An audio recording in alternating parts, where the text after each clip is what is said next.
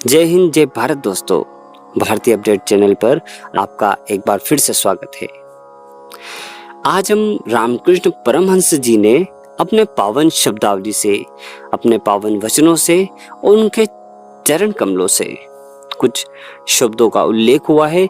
भगवान के संबंध में उन्होंने कुछ स्पष्ट वाक्य की है, जिसको सुनकर निश्चित रूप से हम ईश्वर के और ज्यादा समीप जा पाएंगे और हमारे अंदर भगवत कृपा और भगवान को पाने के लिए इच्छा जागृत होगी। चलिए शुरू करते हैं भारतीय अपडेट। इससे पहले चैनल को लाइक और सब्सक्राइब जरूर कर लें। इस दुर्लभ मानव जन्म को पाकर भी जो इस जीवन में भगवान को पाने की चेष्टा नहीं करता, उसका जन्म वृथा है। भगवान का नाम रटो, उसका गुणगान करो, सत्संग करो। बीच बीच में भगवान के भक्तों और साधु पुरुषों के दर्शन करो। मनुष्य का मन यदि दिन रात दुनियादारी सांसारिक कर्तव्यों और दायित्वों में लगा रहे तो वह भगवान का चिंतन नहीं कर सकता। कभी कभी एकांत में जाना और भगवान का चिंतन करना अत्यावश्यक है। सत्य और असत्य का विवेक सदा करना चाहिए। केवल भगवान ही सत्य है, वह ही नित्य वस्तु है, बाकी सभी कुछ असत्य है, अनित्य है। इस प्रकार के विवेक द्वारा अपने मन से अनित्य वस्तुओं को झाड़ फेंकना चाहिए। तात्पर्य यह है कि भगवान से वैसा ही प्रेम करना चाहिए जैसा माँ अपने बच्चे से, सती स्त्री अपने पति से और संसारी मनुष्य अपने धन दौलत से प्रेम करता है। प्रेम की, आकर्षण की इन तीनों शक्तियों को मिलाकर भगवान की ओर लगाओ, तुम निश्चित ही उसके दर्शन पाओगे। इस दिव्य प्रेम को प्राप्त करने के लिए एकांत में जाना अत्यावश्यक है। दूध से मक्खन निकालना हो तो उसे एकांत में रखकर दही जमाना पड़ता है। यदि उसे बहुत अधिक हिलाया डुलाया जाए तो दही नहीं जम सकता। इसके बाद और सब काम छोड़कर एक शांत स्थान में बैठकर दही को मथना पड़ता है, तब कहीं मक्खन मिलता है। इसी प्रकार एकांत में बैठकर भगवान का ध्यान करने से ज्ञान, वैराग्य और भक्ति की प्राप्ति होती है। जब तक लज्जा, घृणा और भय ये तीनों विद्यमान है, तब तक भगवान के दर्शन नहीं हो सकते। तराजू का भारी पल्ला नीचे की ओर और हल्का पल्ला ऊपर की ओर जाता है। इसी प्रकार जो व्यक्ति सांसारिक चिंताओं से भाराक्रांत है, वह संसार ही में डूब जाता है, तथा जो व्यक्ति कम चिंता करता है, वह भगवान के चरणों में उठ जाता है। आध्यात्मिक जीवन में व्याकुलता के बिना कुछ भी प्राप्त नहीं होता। साधु संग निरंतर करते रहने से हृदय में भगवान के लिए व्याकुलता उत्पन्न होती है।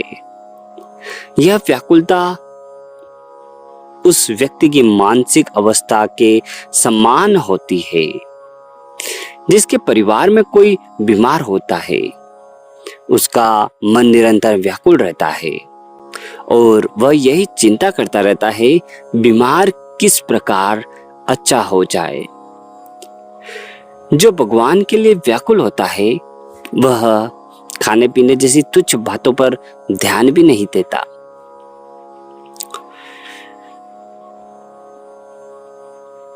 मुझे इसी जीवन में भगवान को पाना है। हाँ, 3 दिन के भीतर मुझे भगवान को पाना ही है। नहीं, केवल एक बार उनका नाम लेकर मैं उन्हें अपने निकट खींच लाऊंगा। इसी प्रकार के प्रबल प्रेम के द्वारा भक्त भगवान को आकर्षित कर सकता है और शीघ्र प्राप्त कर सकता है। किंतु भक्तों का प्रेम मंद है। वे यदि कभी भगवान को पाएंगे भी तो उसमें युग युग लग जाते हैं। मनुष्य को कर्म करना ही होगा, तभी वह भगवान के दर्शन पा सकता है। कर्म किए बिना भक्ति नहीं हो सकती, ना उनके दर्शन ही हो सकते हैं। कर्म का अर्थ है ध्यान, जप इत्यादि। भगवान नाम गुण कीर्तन करना भी कर्म है। दान, यज्ञ, ये सब भी कर्म ही है। यदि दर्पण धूल से ढका हो तो उसमें चेहरा नहीं दिखाई देता। हृदय से शुद्ध होने पर भक्ति की प्राप्ति होती है, तभी भगवान की कृपा से उनके दर्शन होते हैं। उनका नाम जपते हुए अपने देह और मन को शुद्ध बनाओ। उनका पावन नाम गुणगान गाते हुए अपनी जीवा को पवित्र करो। जिस समय तुम साधक अवस्था में हो, उस समय उन लोगों से दूर रहो जो दूसरों को साधन भजन करते देख उनकी हंसी उड़ाते हैं और जो धर्म और धार्मिक लोगों की निंदा करते हैं। एक बगुला मछली पकड़ने के लिए धीरे धीरे तालाब के किनारे की ओर बढ़ रहा था। उसके पीछे से एक व्याध उसे लक्ष्य बनाए उस पर निशाना लगा रहा था, किंतु बगुले का उस पर बिल्कुल ध्यान नहीं था। अवधूत ने यह देखकर बगुले को प्रणाम किया और कहा, जब मैं ध्यान में बैठूं तो तुम्हारी ही तरह मैं भी कभी पीछे मुड़कर ना देखूं कि मेरे पीछे क्या हो रहा है। सांसारिक वस्तुओं के प्रति तनिक भी मोह के रहते भगवत प्राप्ति नहीं हो सकती। धागे में यदि छोटा सा रेशा भी बाहर निकला रहे तो वह सुई के छेद के भीतर नहीं जा सकता। जिस प्रकार बाघ दूसरे पशुओं को काट डालता है, उसी प्रकार भगवत अनुरागी रूपी बाघ काम, क्रोध और अन्य विकारों को खा जाता है। एक बार जब हृदय में यह अनुराग उदित होता है, तब काम आदि विकार नष्ट हो जाते हैं। तोते की गले में कंठी निकल जाने पर उसे पढ़ाया नहीं जा सकता, बचपन में ही उसे पढ़ाना चाहिए। इसी प्रकार बुढ़ापे में मन को भगवान की ओर लगाना कठिन हो जाता है। युवा अवस्था में ही यह सरलता से हो सकता है। राजा के पास पहुंचना हो तो द्वारपाल तथा प्रहरी आदि कर्मचारियों को संतुष्ट करना पड़ता है। उसी प्रकार राजाधिराज ईश्वर के पास पहुंचने और उनकी कृपा प्राप्त करने के लिए साधन भजन, भगवत सेवा तथा साधु संग ये खूब करना चाहिए। हृदय की तीव्र व्याकुलता के साथ क्या तुम उनके लिए रो सकते हो? लोग स्त्री, पुत्र और धन के लिए कितना रोते हैं, परंतु भगवान के लिए कौन रोता है? जब तक बच्चा खिलौने लेकर खेलने में मग्न रहता है, तब तक उसकी माँ रसोई पकाने और गृहस्थी के अन्य काम करने में लगी रहती है। किंतु जब बच्चा खेलने से ऊब जाता है और खिलौने फेंक कर अपनी माँ के लिए रोने लगता है, तब माँ भात की हांडी चूल्हे से उतार देती है और जल्दी से दौड़ती हुई बच्चे को गोद में उठा लेती है। सच्चाई और सरलता के बिना भगवान को नहीं पाया जा सकता।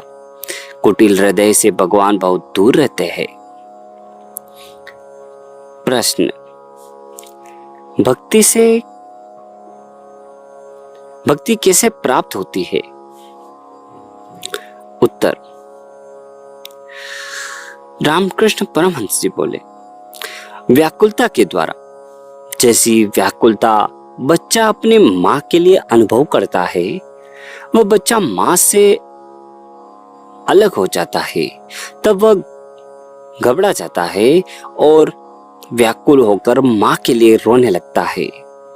इसी प्रकार यदि कोई भगवान के लिए रोए तो उसे उनके दर्शन हो सकते हैं।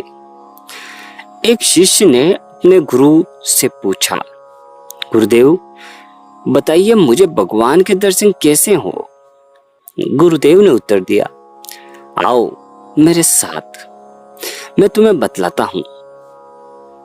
मैं उसे एक झील के किनारे ले गए और उसे लेकर पानी में उतरे। एकाएक गुरु ने शिष्य का सिर पकड़कर पानी में डुबो दिया। कुछ क्षण उसे पानी में डुबो रखने के बाद उन्होंने उसे छोड़ दिया। शिष्य झट उठ खड़ा हो गया। गुरु ने पूछा, कहो कैसा लगा? शिष्य ने कहा, ओह ऐसा लगा कि मैं मर रहा हूं। मेरा सांस लेने के लिए छटपटा रहा था। गुरु ने कहा, जब तुम भगवान के लिए इसी प्रकार छटपटाते रहोगे तो जान लेना कि उनके दर्शन में बहुत देर है। बड़ी मछली पकड़ने के लिए लोग पानी में बंसी डालकर घंटों तक शांत बैठे रहते हैं। इसी प्रकार जो भक्त धैर्य पूर्वक साधन भजन में लगा रहता है वह अंत में निश्चित ही भगवान को पा लेता है। प्रश्न, काम पर किस प्रकार विजय प्राप्ति की जाए? रामकृष्ण परमहंस जी ने उत्तर दिया, सभी स्त्रियों को अपनी माता की तरह देखो। स्त्री के चेहरे की ओर कभी ना देखो, सदा उनके पैरों की ओर दृष्टि रखो। ऐसा करने पर सभी बुरे विचार भाग जाएंगे। सभी स्त्रियां भगवती जगत जननी का अंश है, उन्हें माता की दृष्टि से देखना चाहिए। प्रश्न, हम अपनी दुर्बलता पर कैसे विजय पा सकते हैं? रामकृष्ण परमहंस जी ने उत्तर दिया, जब फूल से फल तैयार होने लगता है तब पंखुड़ियां अपने आप जड़ जाती है। इसी प्रकार जब तुम्हारे भीतर दिव्य भाव की वृद्धि होगी तब तुम्हारी मानवीय दुर्बलताएं अपने आप नष्ट हो जाएगी। जो भगवान को पाना चाहते हैं तथा साधन भजन से उन्नति करना चाहते हैं उन्हें स्वयं को कामिनी कांचन के आकर्षण से विशेष रूप से बचाकर चलना चाहिए, अन्यथा उन्हें सिद्धि कभी प्राप्ति नहीं हो सकती। मन ढोंगी, हिसाबी और तार्किक होता है, भगवान को वो नहीं पा सकता। मन में विश्वास तथा सच्चाई होनी चाहिए। सच्चे हृदय के मनुष्य के लिए भगवान बहुत निकट है, किंतु कपटी मनुष्य से वे बहुत दूर रहते हैं। भगवान तक पहुंचने के लिए बहुत से पथ है, प्रत्येक मत एक पथ है। यह वैसा ही है जैसा काली मंदिर में पहुंचने के लिए अनेक रास्ते हैं, किंतु यह अवश्य मानना पड़ेगा कि कुछ रास्ते साफ सुथरे हैं तो कुछ गंदे हैं। साफ सुथरे रास्ते से जाना ही अच्छा है। तुम भगवान के जितने निकट पहुंचोगे उतना ही शांति को अनुभव करोगे। शांति शांति चरम शांति। तुम जितना ही गंगा के निकट पहुंचते हो उतना ही तुम्हें गंगा की शीतलता का अनुभव होता है, और जब गंगा के जल में डुबकी लगाते हो तब पूर्ण रूप से शीतल हो जाते हो, परम शांति को प्राप्त हो जाते हो। भारतीय अपडेट चैनल को लाइक और सब्सक्राइब जरूर करें। सनातन ज्ञान का प्रसारण करें, उसमें योगदान करें, तभी सनातन व्यवस्था पुनः से और दिव्य ज्ञान पुनः प्रसारित होगा। सबका कल्याण हो। जय हिंद, जय भारत।